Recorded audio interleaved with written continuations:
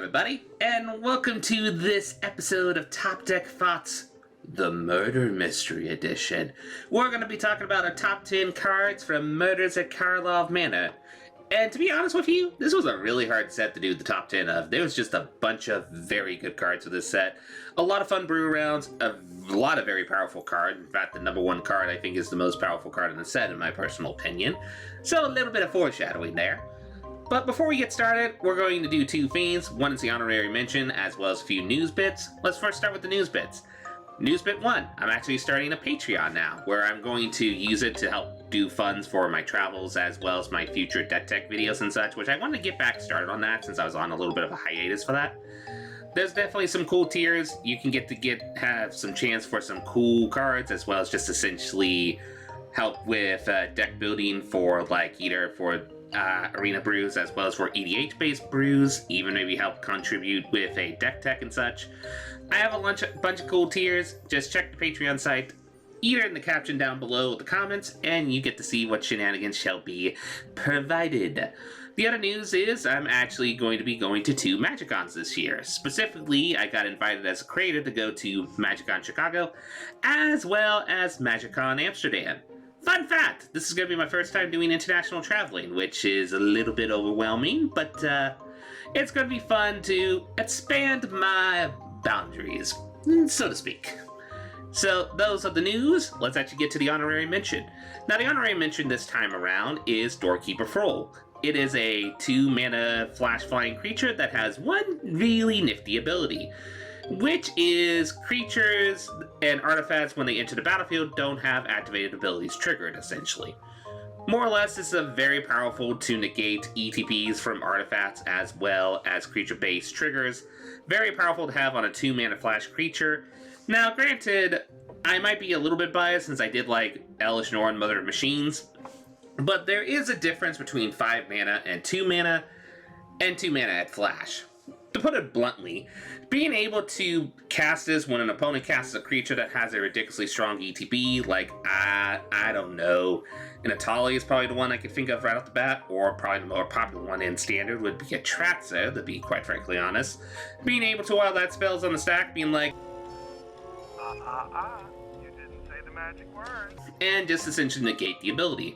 That's a very strong effect. There's even some contemplation of this potentially seeing CEDH play. A very strong card for the Honorary Mention. So, let us now solve a mystery that will rewrite history. And, well, you know the DuckTales joke. Nevertheless, let's get to the top 10. Number 10. Number 10 on this list is Massacre Girl, Known Killer. A very powerful human assassin, and has a known popularity. Though, actually, a very popular character. Anyway, 4 mana for 4/4 with menace, make your creatures have wither, and whenever a creature an opponent controls dies, its toughness was less than 1, draw a card. Very strong card. Now, it has a little bit of trouble going with it because in current Standard at the very least, there's a lot of popular 4-drops. I mean, Shieldred is the one that I can think of right off the bat. But nevertheless, this also just has a few tricks up its sleeve. Making your creatures control have wither is very nice because now it makes essentially opponents having to be awkward when they try to chump block essentially, so their creatures will get reduced stats, which makes it very good to help cut down some of the more bigger creatures. No, literally, there's a spell called Cut Down, and making your, like a 4/4, if you attack it with a 2/2, they block their 4/4 with a 2/2, now the creature's a 2/2, so you can just kill it with Cut Down. But it also makes even jump blocks a little bit awkward, because it's like, even if they jump block with a token, well, the wither is going to make it die as less than toughness 1, and you're going to draw a card.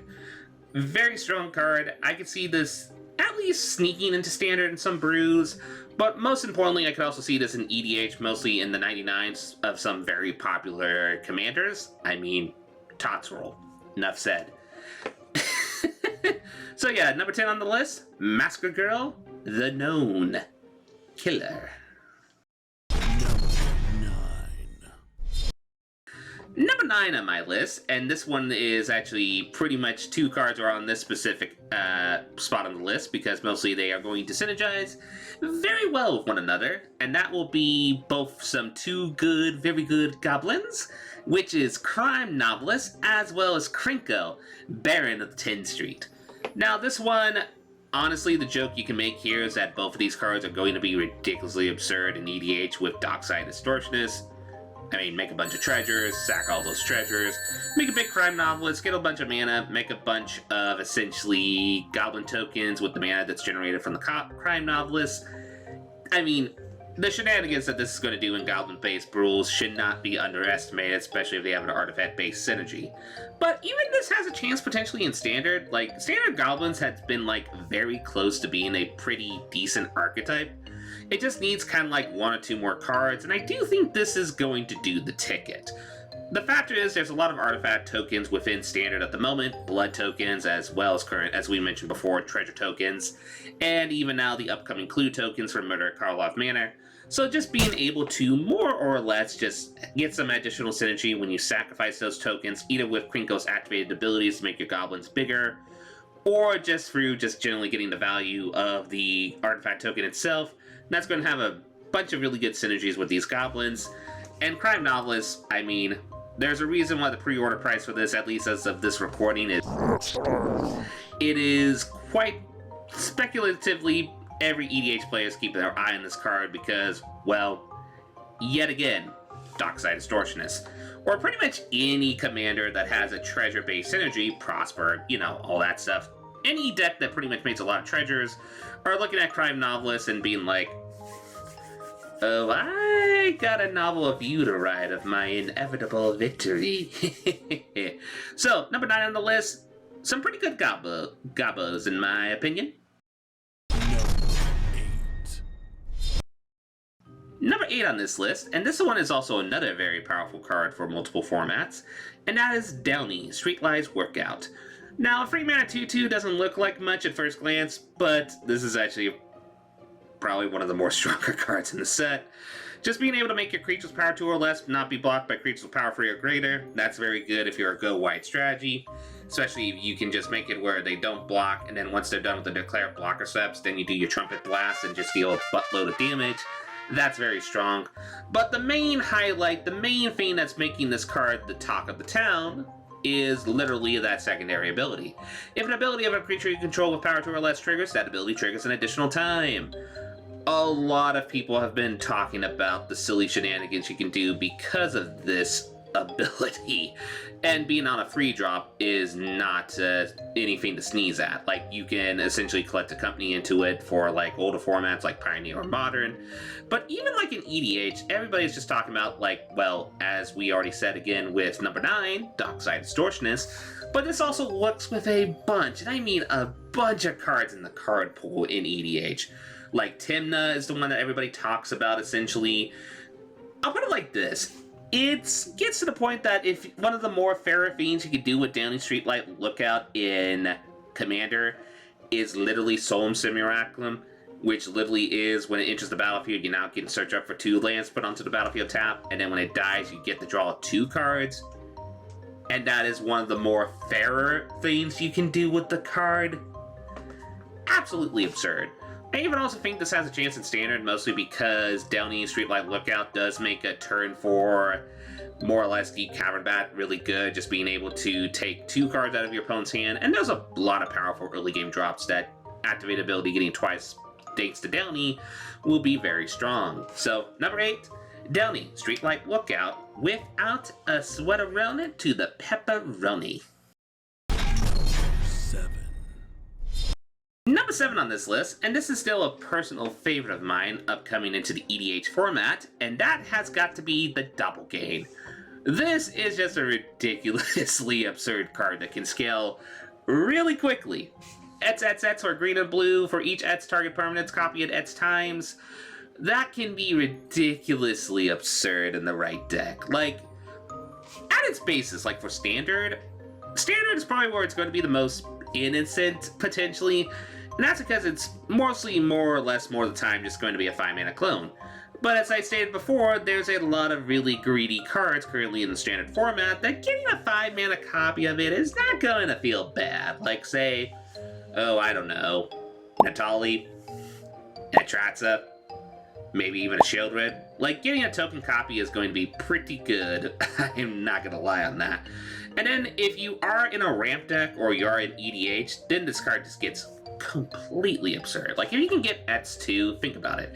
If you can get Ets to be 2, you're going to copy 2 Fiends twice. If Ets is free, free Fiends are going to be copied 3 times, essentially. Like, this scales absolutely absurdly when you have the ability to get a ton of mana within your mana pool. So, and also I'm just going to consider to put this in Gimbal because I do have a lot of artifact creatures, and making them into tokens that can scale up really quick later in the game is going to be pretty nifty. Let me just put it like that.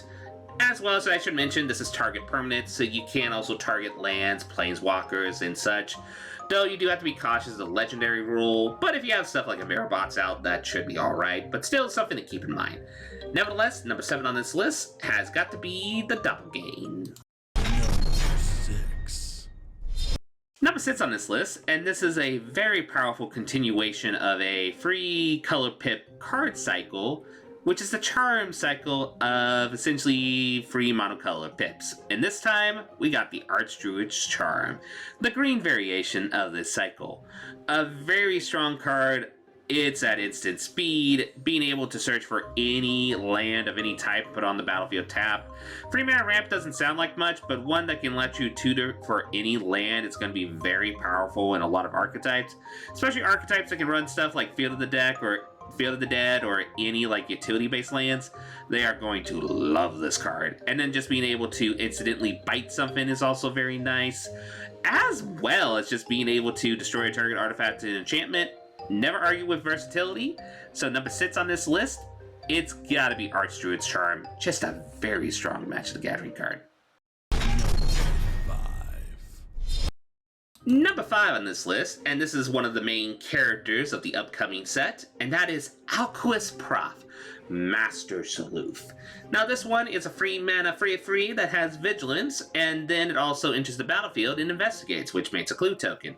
Now, that doesn't sound like much at first until you read the activated ability it has, which is Ets white to the blue, tap it to sacrifice a clue, you draw Ets cards and gain Ets life.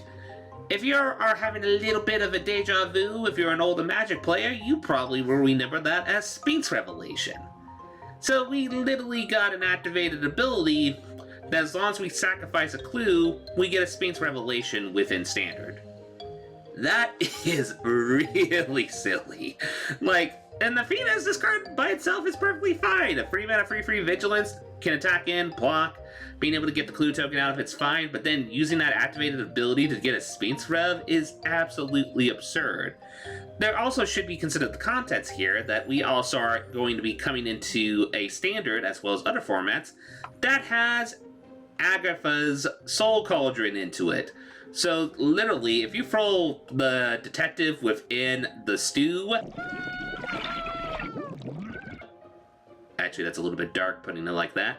But if you do exile an Prof with Agatha's Soul Cauldron, now you have access to the Sphinx's Revelation, where you can spend any mana of any color to get a Sphinx's Rev, which is absolutely absurd. While we're still on the Eldraine train, you could also combo this with actually Will, Sign of Peace, because, well, Will, Sign of Peace discounts your white and blue spells with how much life you gain. Well, with Sphinx's Rev, you're going to gain a lot of life and draw a lot of cards. I mean, you can see where the math is going here, know what I mean?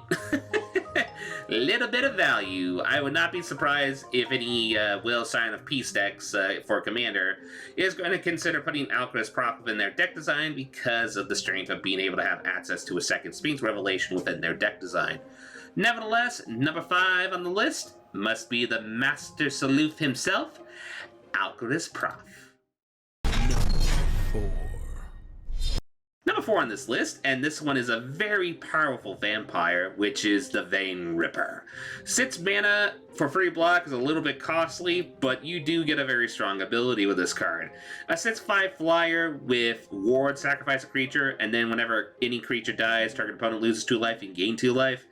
That is a semi-blood artist ability, and a lot of people do love a good blood artist trigger, especially if you're playing the Aristocrats brew, which is a currently very popular archetype within the Orzhov within Standard at the moment, thanks to Caverns of Ixalan providing some really good sacrificial outlet vampires, as well as a legendary vampire that literally allows you to sacrifice another creature or artifact to put a counter on it.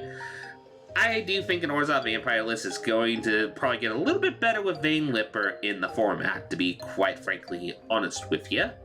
And that is why it is number 4 on this list. Number 3 on this list, and this one is also a pretty strong card that I think it's being a little bit underrated, and that is Intrude on the Mind.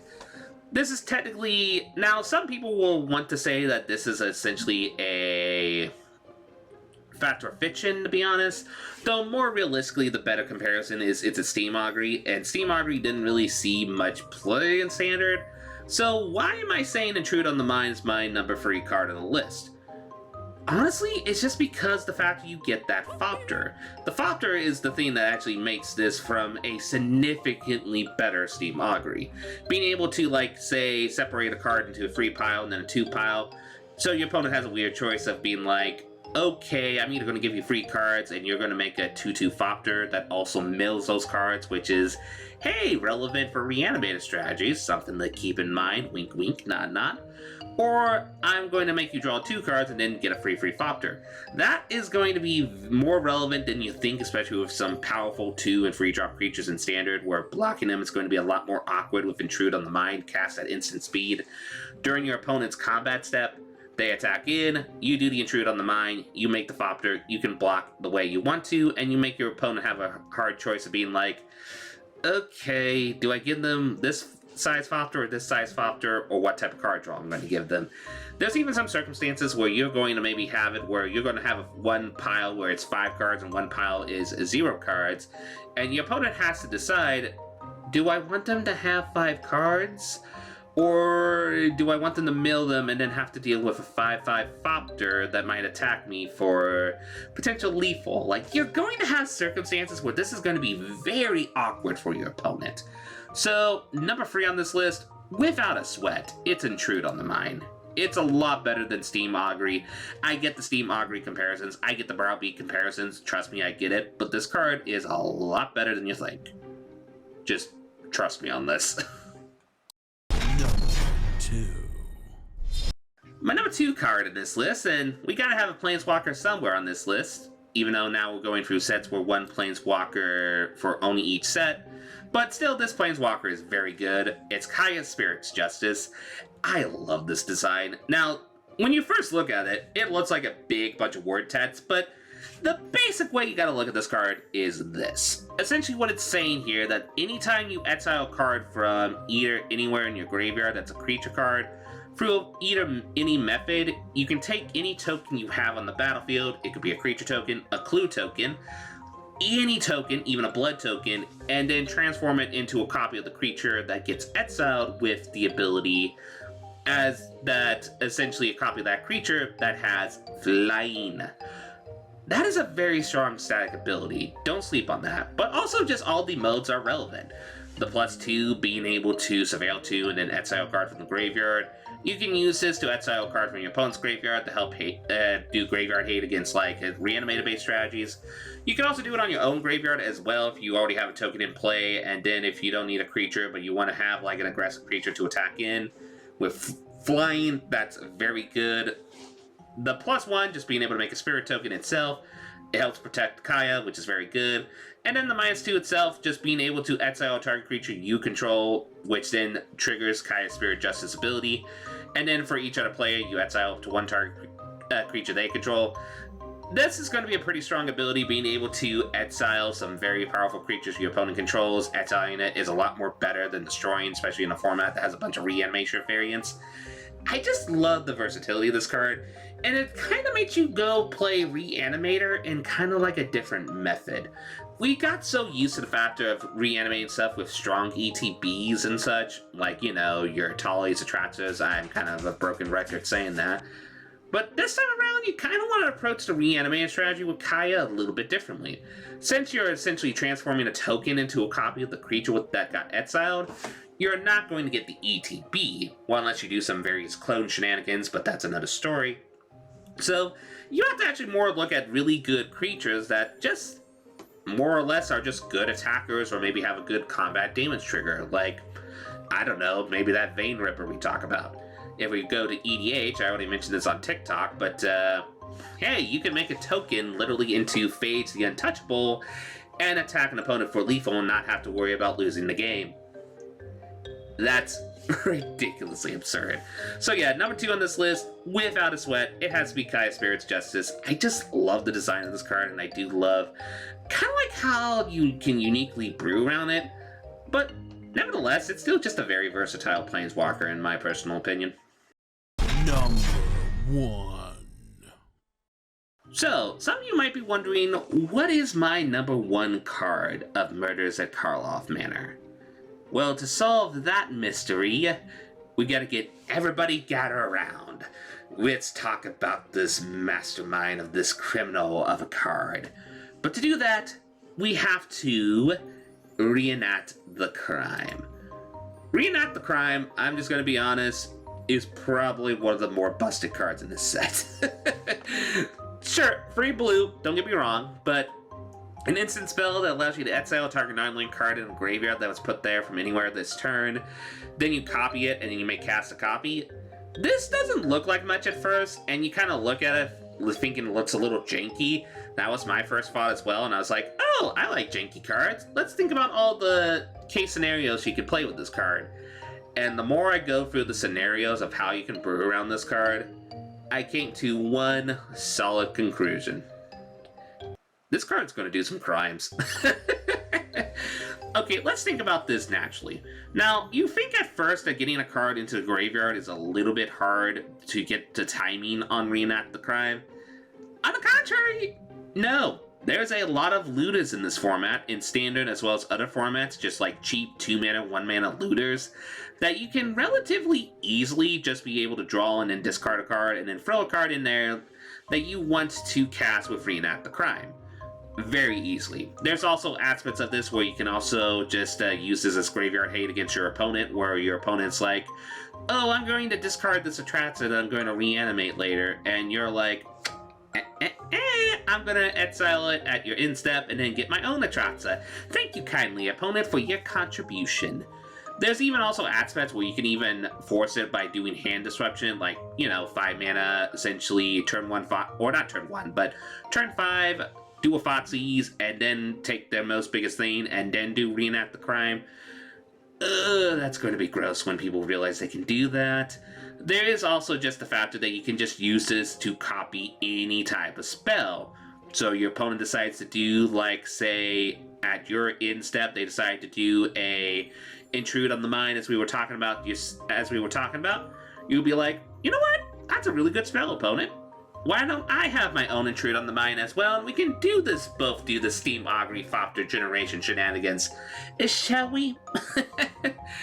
And the most absurd part about this card is the fact that it's going to make this silly in Eternal formats, is that you're copying with the spell you're copying, you're casting it. So, I'm just going to say this, Eldrazi.